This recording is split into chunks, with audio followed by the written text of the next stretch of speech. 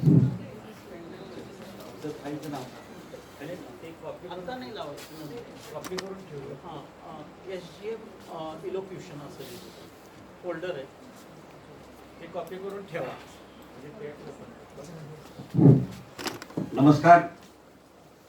रयत शिक्षण संस्था, कर्मवीर विद्या प्रबोधिनी आणि सद्गुरू गाडगे महाराज महाविद्यालय कराड यांच्या संयुक्त विद्यमानं पद्मभूषण डॉक्टर कर्मवीर भोराव पाटील राज्यस्तरीय वक्तृत्व स्पर्धा समन्वयकांची एकदिवसीय कार्यशाळा आज या ठिकाणी संपन्न होत आहे. उद्घाटन समारंभ झाल्यानंतर पहिलं सत्र या ठिकाणी सुरू होत आहे. या पहिल्या सत्राचे वक्ते प्राध्यापक जमीर मोमीन सर यांचा परिचय करून देण्यासाठी मी या ठिकाणी उभा आहे. कार्यशाळा का घ्यावी, कशासाठी घ्यावी याची इतंभूत चर्चा झालेली आहे, त्यावर मी भाष्य करत नाही. फक्त पाहुण्यांचा पहिल्या वक्त्याची ओळख मी या ठिकाणी करून देतोय. प्राध्यापक जमीर मोमीन हे सातारा जिल्ह्यातील सर्वांना परिचयाचं असणारं व्यक्तिमत्व आहे. याचं कारण असं आहे, शिक्षणशास्त्र या विभागात काम करत असताना त्यांनी अतिशय हिरारीनं आणि मोठं काम केलेलं आहे. ते यशवंतराव चव्हाण महाराष्ट्र मुक्त विद्यापीठाचे संचालक म्हणून सुद्धा कार्यरत आहेत. पाटण सारख्या ग्रामीण भागामधून येऊन इंग्रजी हा विषय घेऊन शिक्षणशास्त्र विषयामध्ये प्रचंड मोठं काम सरांनी केलेलं आहे. टिळक महाराष्ट्र विद्यापीठ इथं त्यांनी आपली BEd ही पदवी पूर्ण केलेली आहे.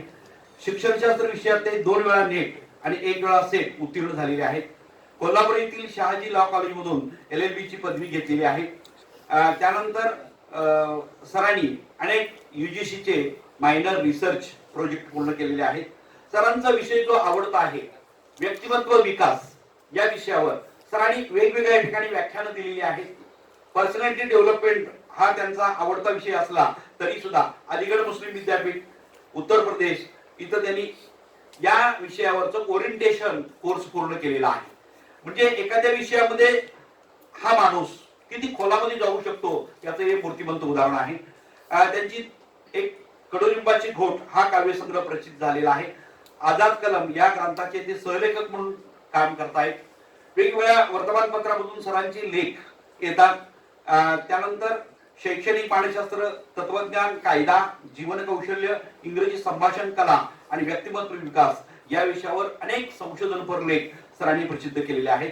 याशिवाय महाविद्यालयाच्या ज्या वेगवेगळ्या ऍक्टिव्हिटीज असतात, NSS असेल, करिअर काउन्सिलिंग असेल, त्यानंतर शालेय व्यवस्थापन असेल, अभ्यासक्रमांचे समंत्रक व सहसमंत्रक अशा वेगवेगळ्या जबाबदाऱ्या पार पाडलेल्या आहेत.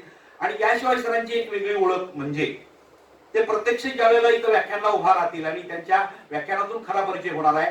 ही झाली कागदोपत्री ओळख. सरांची खरी ओळख त्यांच्या व्याख्यानामधून होईलच. सर, तुम्ही आमच्या विनंतीला मान देऊन आलात. तुमचं महाविद्यालयाच्या वतीनं आणि कर्मवीर विद्या प्रबोधिनीच्या वतीनं पुन्हा एकदा मी सरचे स्वागत करतो आणि आपण व्याख्यानाला सुरू करावाची आपणास विनंती करतो. धन्यवाद नाईक सर. यानंतर कार्यशाळेचे प्रमुख पाहुणे प्राध्यापक डॉक्टर जमीर मोमीन सर हे सर्वांना मार्गदर्शन करतील. डॉक्टर जमीर मोमीन सर.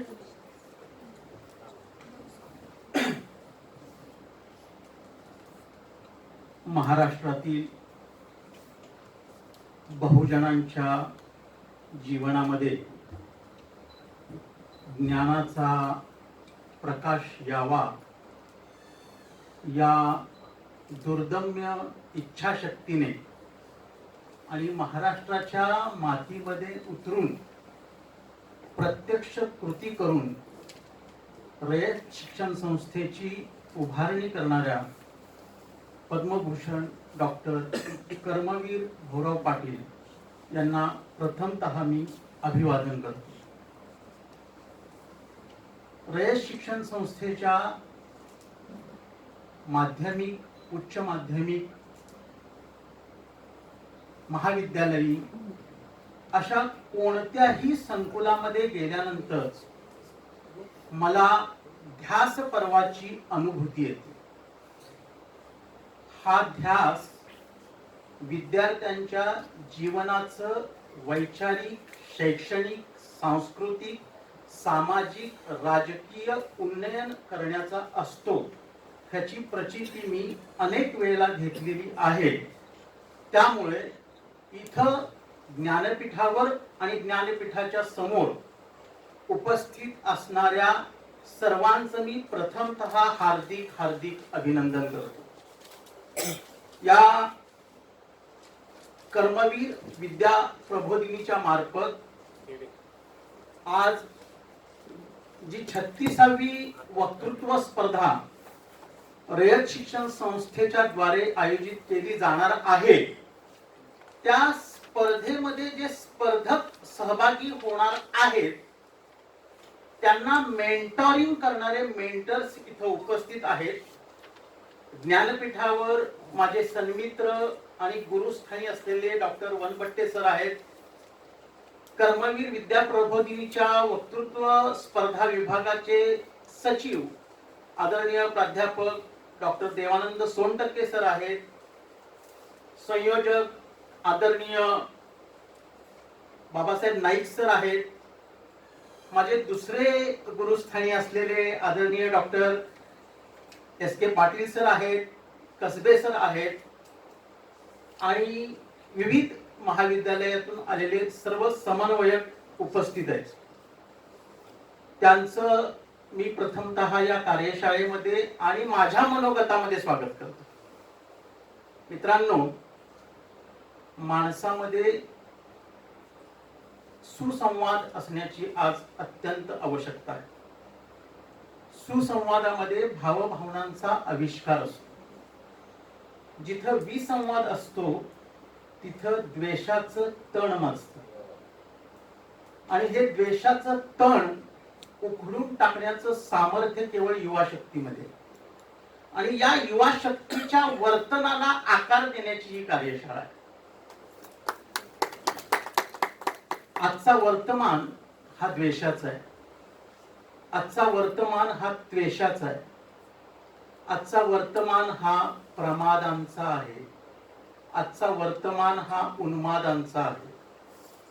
आज आपण संक्रमण काळात जगत आहोत पाटील सर. संक्रमण काळात जगत आहोत.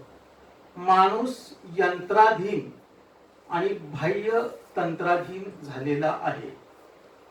आपल्या खोलीच्या 4 भिंतीच्या आत इंटरनेट आणि कॉम्प्युटरच्या माध्यमातून सर्व व्यवहार पार पडत आहेत. त्यामुळे शंका अशी उत्पन्न होते की माणसाला माणसाची गरज उरलेली आहे का? वस्तुवादाचा महिमा वाढत चालला. तुमच्या माझ्या खिशातली यंत्र वाचाळ झालेली आहे. यांत्रिक वाहनं डोंगर चढू लागलेली आहेत. वाऱ्याला लाजवेल अशा वेगानं वाहनं जावीत म्हणून समृद्धीच्या नावावर महामार्ग काढले जात आहेत. समृद्धीच्या नावावर महामार्ग काढले जात आहेत. गगनचुंबी इमारती आहेत. आकाशाला गवसणी घालेल अशी वैभव आकांक्षा आहे. पण प्रश्न आहे, क्षितिजाला व्यापून टाकेल असं मानव्य आहे का? माणुसकी आहे का? आणि माणूस उरलाय का? माणूस आज सर आतून फाटत आणि तुटत चाललेला आहे. आणि हा माणूस दुसरा कोणी नसून तुमच्या माझ्या समोरचा विद्यार्थी आहे. आमच्या शिक्षणशास्त्रामध्ये अशी एक व्याख्या केली जाते की विद्यार्थ्याच्या वर्तनाला अपेक्षित दिशेनं बदल करून आणणे म्हणजे शिक्षण होय.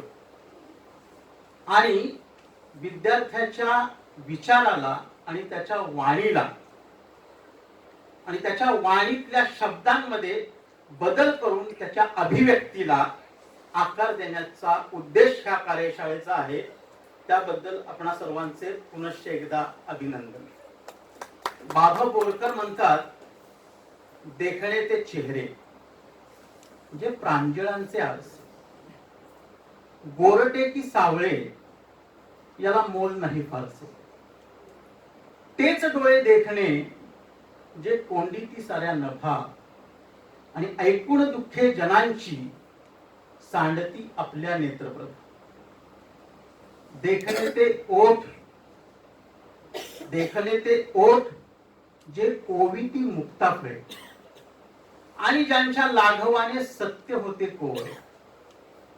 देखणे ते पाय जे ध्यासपंथी चालतात वाळवंटात सुद्धा स्वस्ती पद्मे कोरतात.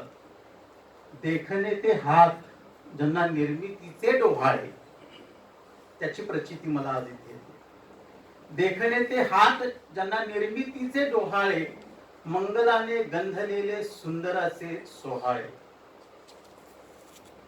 देखणी ती जीवने जी तृप्तीची तीर्थोदके, जी मला कर्मवीरांच्यात जाणवतात, जी मला विश्वाचं आराध्य दैवत छत्रपती शिवरायांच्यात जाणवतात, राजर्षी शाहूंच्यात जाणवतात, डॉक्टर बाबासाहेब आंबेडकरांच्यात जाणवतात. देखणी ती जीवने जी तृप्तीची तीर्थोदके, पारा ज्यांच्यातून वाहे शुभ्र वाऱ्यासार. देखणा देहांत तो जो सागरी सूर्यास्त जसा. देखणा देहांत तो जो सागरी सूर्यास्त जसा, अग्नीचा पेरून जातो रात्रगर्भी वारसा. काय अपेक्षा आहे वक्तृत्वाच्या क्षेत्रात विद्यार्थी घडवणाऱ्या समन्वयकांच्याकडून? आपण विद्यार्थ्यांच्या शब्दांच्या मध्ये अग्नीचा वारसा पेरायचं काम करायचं, जिद्दीचा अंगार फुलवायचं काम करायचंय. आणि त्याच्यासाठी विद्यार्थ्याच्या व्यक्तिमत्वाला आकार जर द्यायचा असेल तर पहिली अट अशी आहे की आपण संकल्प केला पाहिजे. विद्यार्थ्याची वाणी, विद्यार्थ्याची वैखरी, त्याचे शब्द हे जनमानसाच्या हृदयात ठसून राहावेत, याचा संकल्प पहिल्यांदा मेंटरनी केला पाहिजे, समन्वयकाने केला पाहिजे. कारण तो घडवणार आहे. दगडामध्ये शिल्पसर आधीच असतं. छन्नी आणि हातोड्याने शिल्पकार फक्त नको असलेला भाग काढून टाकतो. म्हणून मेंटरची भूमिका ही विद्यार्थ्याची वाणी घडवणं आहे. त्याचा संकल्प आधी मेंटरनी म्हणजे समन्वयकांनी म्हणजे शिक्षकाने केला पाहिजे, तरच तो विद्यार्थ्याच्यात उतरेल. संकल्पानंतर जो येतो तो ध्यास, तो असतो ध्यास. आणि हा ध्यास विद्यार्थ्याच्या व्यक्तिमत्वामध्ये निर्माण करण्याचं काम हे समन्वयकांचं आहे आणि ते विद्यार्थ्याचं स्वतःच आहे. आणि ध्यासाला जोड द्यावी लागते नियोजनाची. ध्यासाला नियोजनाची जोड द्यावी लागते आणि नियोजन पूर्वक साधना करावी लागते, तपश्चर्या करावी लागते. तर शब्द मनपटलावर सर असे हलकेच उमटत राहतात. त्याला शब्दांची साधना करावी लागते. आणि ही साधना करायची असेल तर सर्वांगीण वाचन विद्यार्थ्याचं असणं आवश्यक आहे. कारण वाचन ही आत्म्याची आंघोळ असते. वाचन ही आत्म्याची आंघोळ असते. त्या आंघोळीनं विद्यार्थ्याला परिपूर्ण केलं पाहिजे. वाचन संस्कृतीची जोपासना विद्यार्थ्यांनी केली पाहिजे.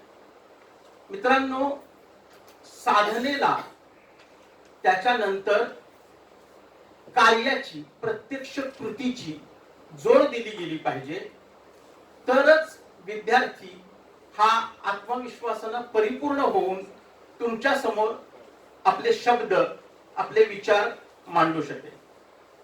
आता स्पेसिफिक वक्तृत्व स्पर्धांच्या बाबतीत बोलायचं झालं तर वक्त्यांचे अनेक प्रकार आहेत हे आधी आपल्याला माहित पाहिजे.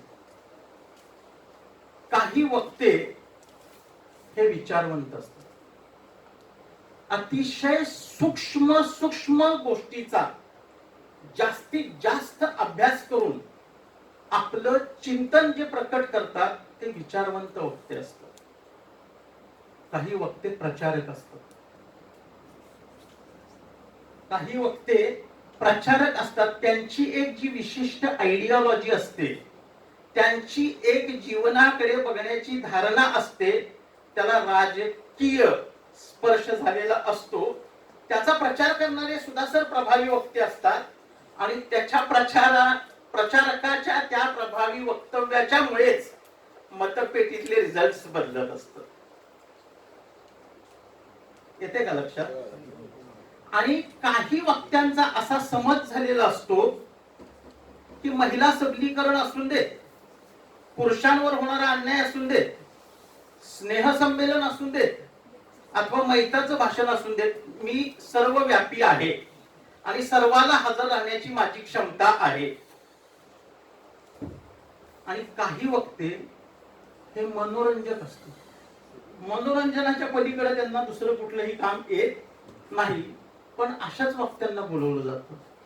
हल्ली चिंतन करणारे वक्ते नकोय, हल्ली प्रबोधन करणारे वक्ते नकोय.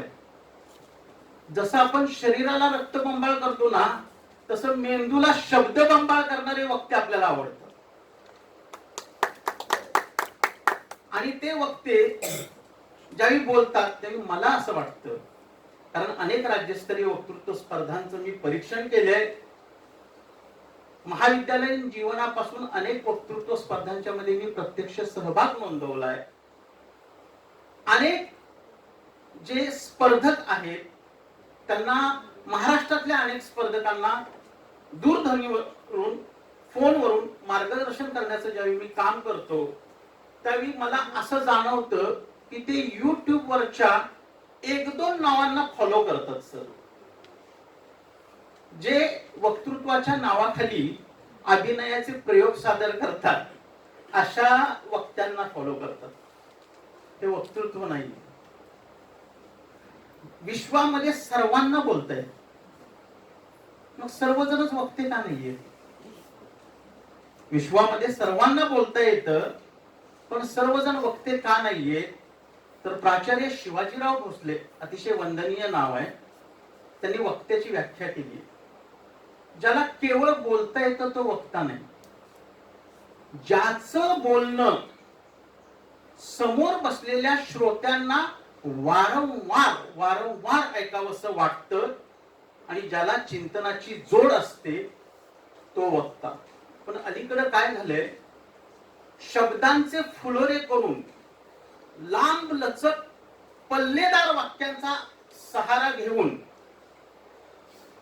आवेशपूर्ण, म्हणजे एका घडीला तो वक्ता रडतोय स्टेजवर, त्याच्यानंतर एकदम जोरात किंचाळतोय. आता ते चेहरे तुमच्या समोर आणा, प्रसिद्ध आहेत फार चेहरे ते. एकदमच जोरात किंचाळतोय, काही वेळेला एकदम खालच्या आवाजात बोलतोय, मधीच रडतोय, मधीच हसवतोय, एकदम आवाजाचा जो टेम्पो आहे तो वाढवतोय. ह्याच्यामध्ये काय होतं माहिती का? विचार हरवून जातो,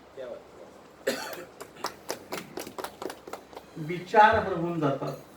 आणि वक्तृत्वाची पहिली अट आहे, साधं बोला, सोपं बोला, पण श्रोत्यांच्या मनात विचारांची पेरणी करा.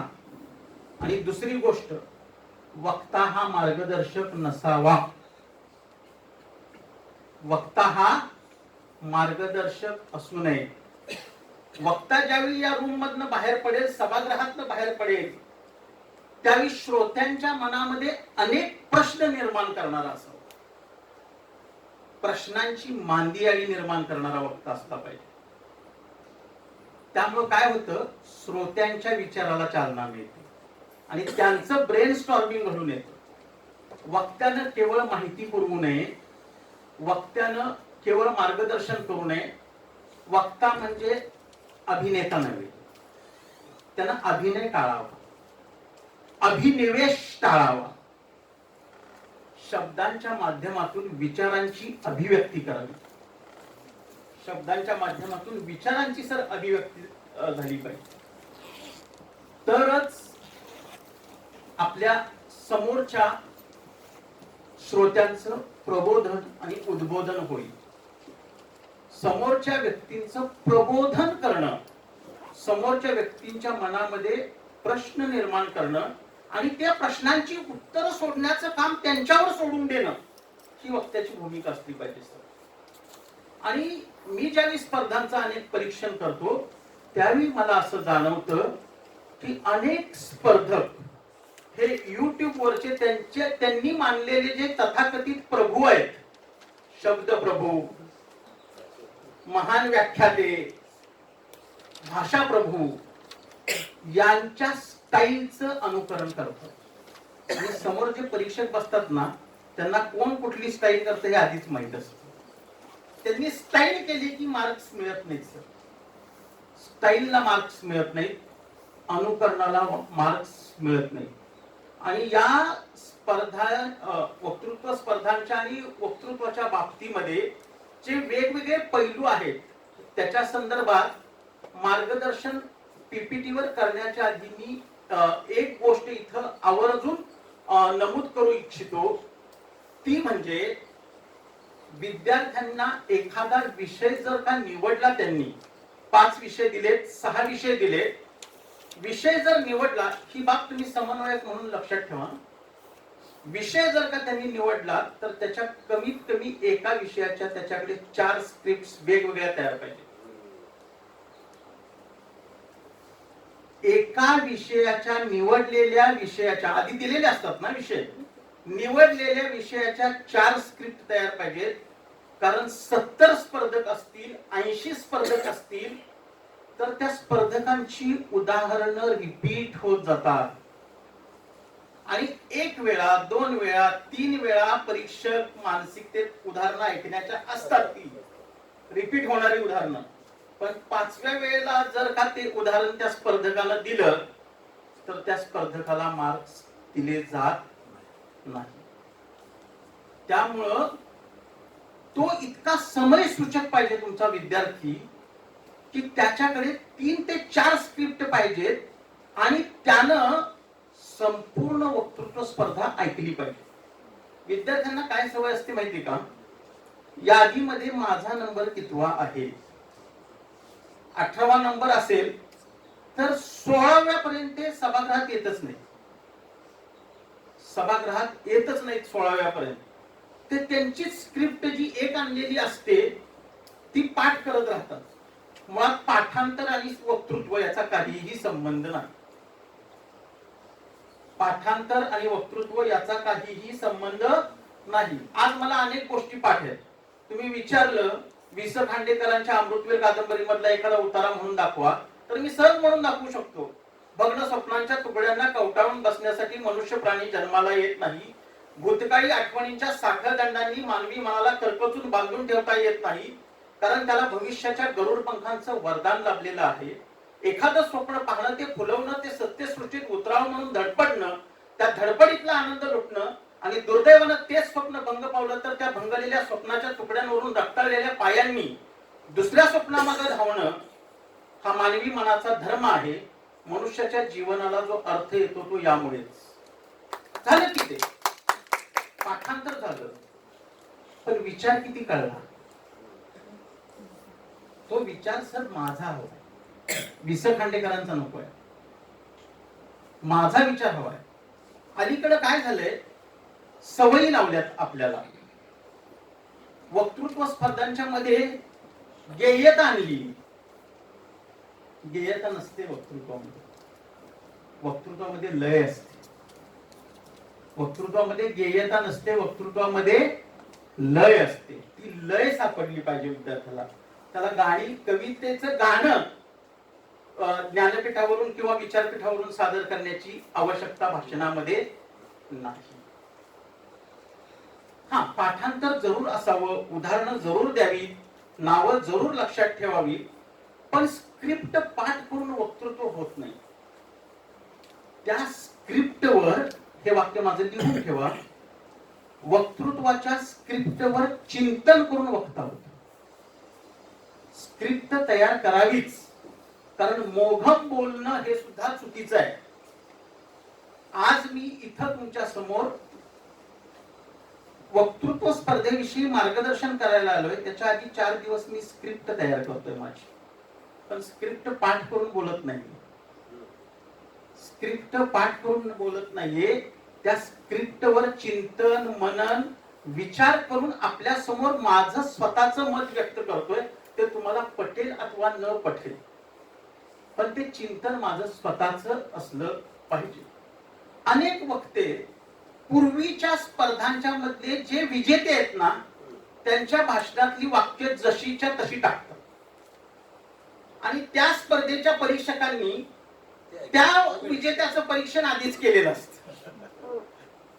त्या विजेत्याचं परीक्षण आधीच केलेलं असतं. त्याला कळतं कुणाच्या भाषणातलं यानं काय घेतलेलं आहे. त्याचा डेमो मी तुम्हाला देणारच आहे, कुणाच्या भाषणातलं काय घेतलेलं आहे. त्यामुळं समन्वयकांनी आजच्या कार्यशाळेतून जाताना काय घेऊन जायचंय, तर वक्तृत्वाचे वेगळे पैलू घेऊन जायचे. त्याच्यासाठी मी जो मगाशी मुद्दा मांडला ना, की आवेशपूर्ण बोलला म्हणजे नंबर येईल, अशी एक धारणा असते सर. मी फार आवेशात फार वेगात बोललो, जी वाक्य होती ती माझी सगळी पाठ होती, आहेत तशी मी श्रोत्यांच्या समोर फेकली, माझा नंबर यायला हवा, नंबर येत नाही. नंबर येत नाही कारण परीक्षकांचा एवढा अभ्यास वैविध्यपूर्ण पातळीवरचा असतो की त्यांना चिंतन हवं असतं. त्यांना तुम्ही एक लक्षात घ्या सर, एक टायटल सांगा मला, असं एक उदाहरण घेऊया. एका वक्तृत्व स्पर्धेचा विषय आहे, हल्ली कोणत्याच दुःखांची जाणीव होत नाही, अशा कशा संवेदना बोथट झाल्या. हल्ली कोणत्याच दुःखांची जाणीव होत नाही, अशा कशा संवेदना बोथट झाल्या. ह्या विषयाचे जे पैलू आहेत ना, त्याच्यावर जे वक्तृत्व स्पर्धेचे मार्गदर्शक आहेत त्यांचं स्वतःच पहिल्यांदा चिंतन झालं पाहिजे. दुःख कोणत्या प्रकारचं आहे, कोणत्या प्रकारच्या दुःखांची आपल्याला जाणीव होत नाही. स्वतःच्या दुःखांची होत नाही का इतरांच्या दुःखांची होत नाही. मग आपल्या जाणीवा मेल्यात का, संवेदना मेल्यात का? कारण मगाशी मी सांगितलं आजचा काळ द्वेषाचा आहे, त्वेषाचा आहे, उन्मादाचा आहे, प्रमादांचा आहे, पण जाणीवांचा आहे का? ह्या विषयाचे किती आयाम आहे, किती रंग या विषयाला आहे, याचं चिंतन पहिल्यांदा मार्गदर्शकाचं व्हावं. त्याच्यानंतर त्यानं ते स्पर्धकाच्या अंगी उतरावं आणि दोघांनी मिळून वाचन करावं. आणि काय वाचावं? ग्रंथ तर वाचावेतच, ग्रंथ तर वाचावेत, पण वेगवेगळ्या साहित्यिकांनी आणि वेगवेगळ्या उच्च विद्या विभूषित चिंतकांनी लिहिलेले मॅगझिन्स मधले लेख सुद्धा वाचले पाहिजेत सर. आणि वक्ता, स्पर्धक वक्ता हा नॉलेजच्या दृष्टीनं अप टू डेट पाहिजे. म्हणजे आज जर मी लोकशाहीवर बोलतोय तर मला माहित पाहिजे काल 2 युवकांनी संसदेत जाऊन गोंधळ घातलेला आहे आणि त्याचं लेटेस्ट उदाहरण मला देता आलं पाहिजे. हे परीक्षकांना अपेक्षित असतं. विषयाचा गाभा हा क्रक्स ज्याला आपण इंग्लिश मध्ये म्हणतो, तो क्रक्स मांडता आला पाहिजे. विषय सोडून टायटल जे दिलेलं आहे ते सोडून अवांतर 8 मिनिटं घालवणारे वक्ते असतात सर. छान बोलतात सर, शब्द सुंदर, वाक्य सुंदर, कवितेच्या ओळी सुंदर, पण शीर्षकच हरवलेलं. नाही चालत, नाही चालत. शीर्षकापासून भटकला नाही पाहिजे, शीर्षक लक्षात ठेवलं पाहिजे आणि आवेश आणि अभिनयापासून दूर राहिलं पाहिजे. याचं एक उदाहरण मी सांगतो, 2 उदाहरणं फक्त कथांच्या माध्यमातून सांगतो आणि मी आधी कबूल करतो त्या अवास्तव असतील, अतिशयोक्तीपूर्ण असतील, अतिरंजित असतील, पण या भाषणाचा माझा जो विषय आहे त्याचा आशय स्पष्ट करण्यासाठी मला त्या 2 उदाहरणांचा आधार घेण्याची आवश्यकता आहे. त्याला तुमची तर्कनिष्ठ बुद्धी लावू नका, त्याला तर्कनिष्ठ बुद्धी लावू नका. चीनमध्ये पूर्वी कोंबड्या असतात ना, त्यांच्या झुंजी लागायच्या आणि अनेक झुंजींच्या मध्ये अनेक दर्जेदार कोंबडे विजेते व्हायचे. ही बातमी तत्कालीन चीनच्या राजाकडे जाते आणि त्या राजाला वाटतं की माझ्या प्रजेमध्ये या कोंबड्यांच्या झुंजी लावल्या जात आहेत आणि त्यांचे कोंबडे विजेते होत आहेत. मी राजा असून माझ्याकडे कोंबडा नाही की, मला सुद्धा झुंजार कोंबडा पाहिजे, मला सुद्धा झुंजार कोंबडा पाहिजे. जसं आता सर ते उदाहरण निगेटिव्ह म्हणून घेऊ नका. जसं तुम्ही म्हटलं रयत मध्ये रयत स्पर्धा भरवते पण 4च बक्षीस आजपर्यंत रयतच्या विद्यार्थ्यांनी कमवली, त्यामुळे रयतला आपल्याकडे झुंजार कोंबडे असावेत असे वाटणं साहजिक आहे. ही समयसूचकता असते वक्तृत्वातली. ऐकले बारकाईने, काय सांगितलंय, 4 जणच विजेते झाले. झुंजार कोंबड्यांची सांगड त्या 4 विद्यार्थ्यांशी टाळता आली. तर त्या चीनच्या राजाला असं वाटलं की माझ्याकडे सुद्धा माझा स्वतःचा झुंजार कोंबडा पाहिजे. मग त्यानं सैनिकांना आदेश दिला, जावा चीन मधल्या सगळ्या प्रांतांच्या मध्ये जावा, त्याच्यातून एक सर्व चीन मधल्या कोंबड्यांना हरवेल असा झुंजार कोंबडा घेऊन या. सैनिक 1 महिनाभर फिरले आणि त्यांनी एक कोंबडा घेऊन. आता ह्या कोंबड्यासाठी राजानं पुढचा आदेश दिला. तर कोंबडा प्राप्त झालाय, मला आवडलाय, आता या झुंजार कोंबड्याला झुंजीसाठी तयार करेल असा प्रशिक्षक घेऊन या. परत सैनिक 4 दिशेला पांगले आणि त्यांनी एक प्रशिक्षक उत्तमातला उत्तम निवडून आणला. झुंजीसाठी कोंबडा तयार, झुंजीसाठी प्रशिक्षक तयार. मग त्यांना त्या प्रशिक्षकाला तो कोंबडा दिला. इथून पुढच्या 1 महिन्यामध्ये ह्या कोंबड्याला झुंजीसाठी प्रशिक्षित कर आणि अशी प्रशिक्षित कर, त्या कोंबड्याला असा प्रशिक्षित कर की पुन्हा कुठल्याही झुंजीमध्ये त्याची हार नाही झाली पाहिजे. प्रशिक्षक म्हटला हो करतो. कोंबडा घेऊन तो गेला. 1 महिन्यानी सैनिक पाठवून त्या प्रशिक्षकाला आणि कोंबड्याला राजांनी बोलवलं, पाचारण केलं. मी सांगितले तर्कशुद्धतेचा निकष लावायचा नाही. त्यांनी कोंबड्याला आणि प्रशिक्षकाला दरबारात आणलं. राजानं दरबारात विचारलं त्या प्रशिक्षकाला, काय करतो आता हा, काय करतो, प्रशिक्षित झालाय का? प्रशिक्षकानं सांगितलं हो सर, 1 महिन्याची तुम्ही मला मुदत दिली होती राजासाहेब, त्याच्यानुसार हा प्रशिक्षित झालाय. त्या आखाड्यात गेला, झुंजीच्या सगळ्या कोंबड्यांची पिसं काढतो, जोर जोरात किंचाळतो, अगदी रक्त बंबाळ करून टाकतो. हा प्रशिक्षित झालाय. राजा म्हटला नाही, याला अजून प्रशिक्षणाची गरज आहे, अजून प्रशिक्षणाची गरज आहे, अजून 1 महिना घेऊन जा. तो प्रशिक्षक त्या कोंबड्याला घेऊन जातो. पुन्हा 1 महिन्याने येतो. राजा विचारतो आता प्रशिक्षित झालाय का? म्हटलं हो, पण त्याची प्रशिक्षणाची दिशा उलट्या दिशेनं वाहते. तर असं कसं, उलट्या दिशेने कशी वाहते प्रशिक्षणाची दिशा? सर, पूर्वी 1 महिन्याचं ज्यावेळी मी प्रशिक्षण दिलं त्यावेळी तो आखाड्यात कितीही कोंबडे असला तरी त्यांचे लचके तोडायचा, पिसं उपटून टाकायचा, रक्त बंबाळ करायचा, जोर जोरात किंचाळायचा आणि त्याला सगळे घाबरायचे. पण आता तसं काही करत नाही.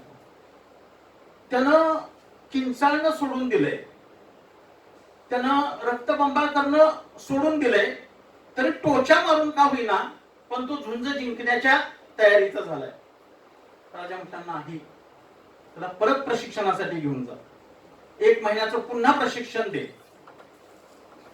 ते 1 महिन्याचं पुन्हा प्रशिक्षण त्या प्रशिक्षकानं दिलं आणि पुन्हा घेऊन आला आणि राजेसाहेबांना हात जोडून म्हटलं, हा कोंबडा तुमचा, तुम्हाला लपला, हा तुमचा कोंबडा तुम्हाला लपला. मी ह्याला प्रशिक्षित करू शकत नाही, कारण पहिल्या प्रशिक्षणाच्या वेळी तो फार जोरात किंचाळायचा, लचके तोडायचा, पिसं उपटायचा, रक्त बंबाळ करायचा. दुसऱ्या प्रशिक्षणाच्या वेळी त्यानं लचके तोडणं सोडून दिलं, पिसं काढणं सोडून दिलं, जोर जोरात किंचाळणं सोडून दिलं. फक्त टोचा मारून तो झुंजीसाठी तयार झालाय. पण आता त्यातलं काहीच करत नाही. तो लचके तोडत नाही, तो पिसं उपटत नाही, तो किंचाळत नाही आणि आता टोचाही मारायचं सोडून दिलंय त्यानं. मग आता काय होतंय?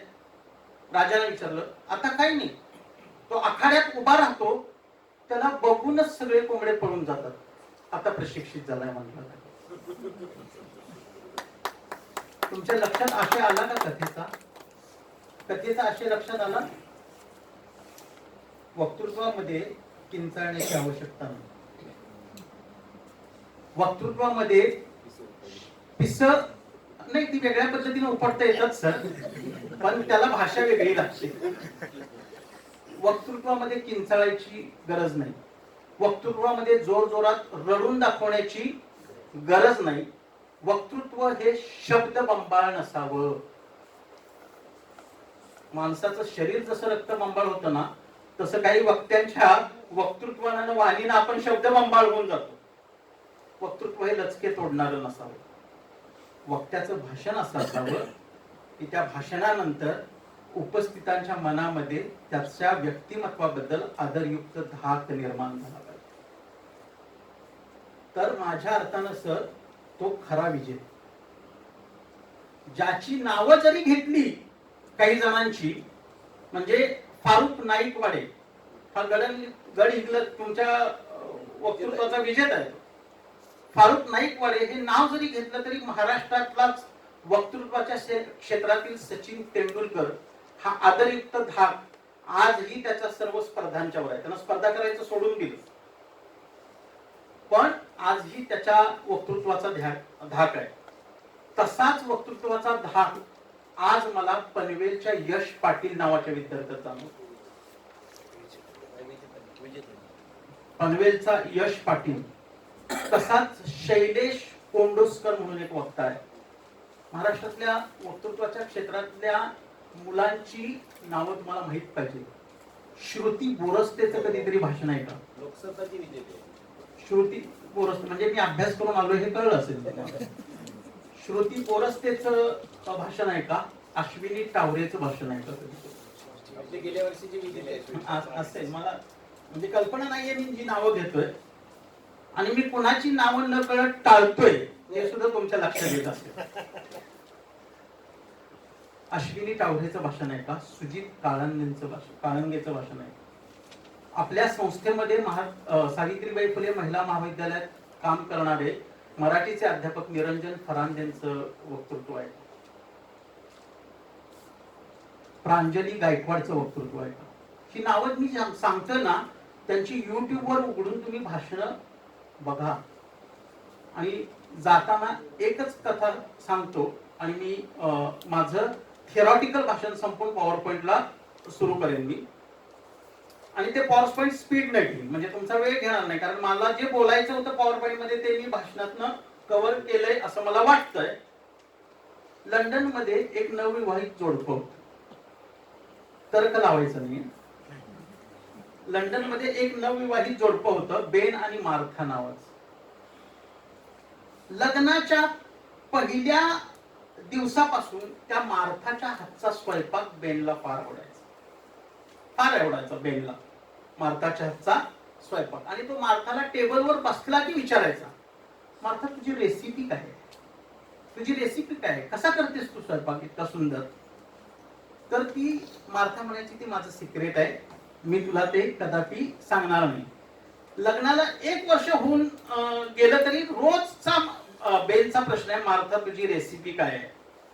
1 वर्ष सांगितलं नाही तिनं, आणि एक दिवस मार्था आजारी पडली आणि त्याच्यासाठी, तिच्यासाठी आणि स्वतःसाठी स्वयंपाक करण्याची वेळ बेनवर आली. तिकडे करतात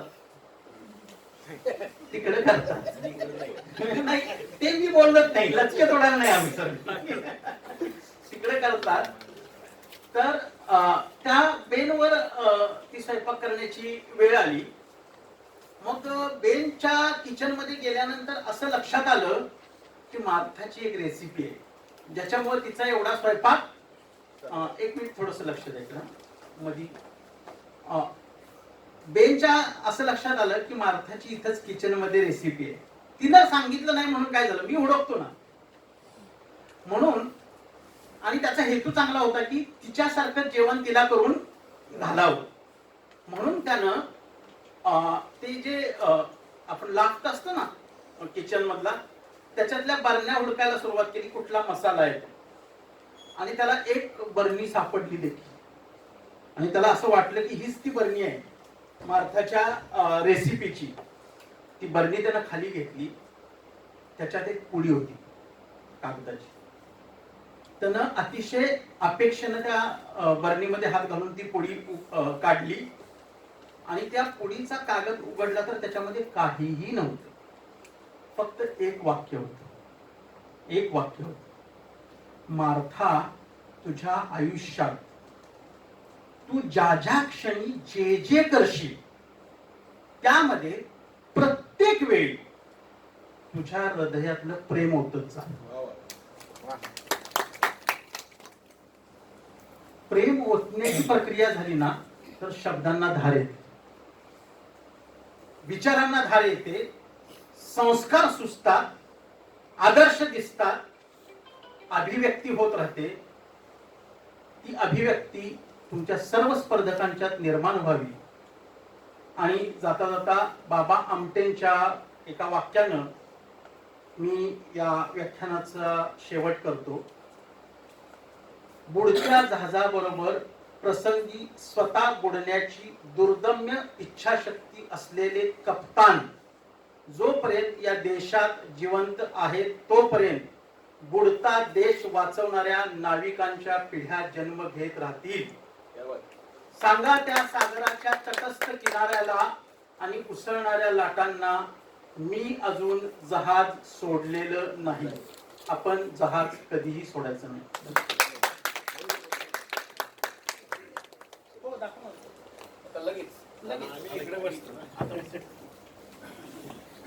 लाईट असू देत का? फक्त पीपीटीतला प्रत्येक मुद्दा लिहून घ्या. मी स्पीड नाही घेणार आहे कारण लंच सेशन पर्यंत मी ते बोलणार आहे. त्याच्यानंतर तुम्हाला डेमो दाखवायचे. ऑपरेट मी करू शकेल नाही.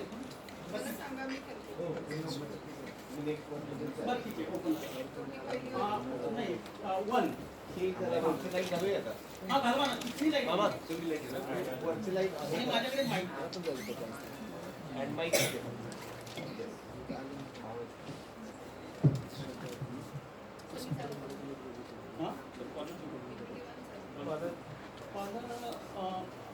तर श्रोत्यांच्याकडे हा देतो. मला कॉलर दिला तरी चालेल, पण मला हे जरा कम्फर्टेबल होतं. मग दुसरा श्रोत्यांच्या ओपन करा मॅडम. हॅलो पहिली म्हणजे स्टॉर्मिंग 1 लिहिले ती.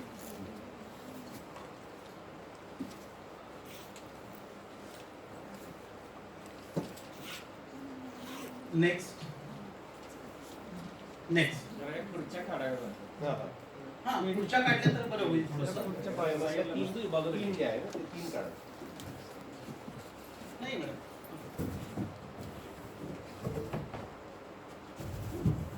आणि सर्वांनी ते इंग्रजीमध्ये प्रेझेंटेशन आहे, पण तुम्ही ते प्रेझेंटेशन मी ज्यावेळी ट्रान्सलेट करेन त्यावेळी मराठीत ते शब्द लिहून घ्या. इंग्लिशमध्ये लिहिले तरी म्हणजे त्याची स्वागतच आहे.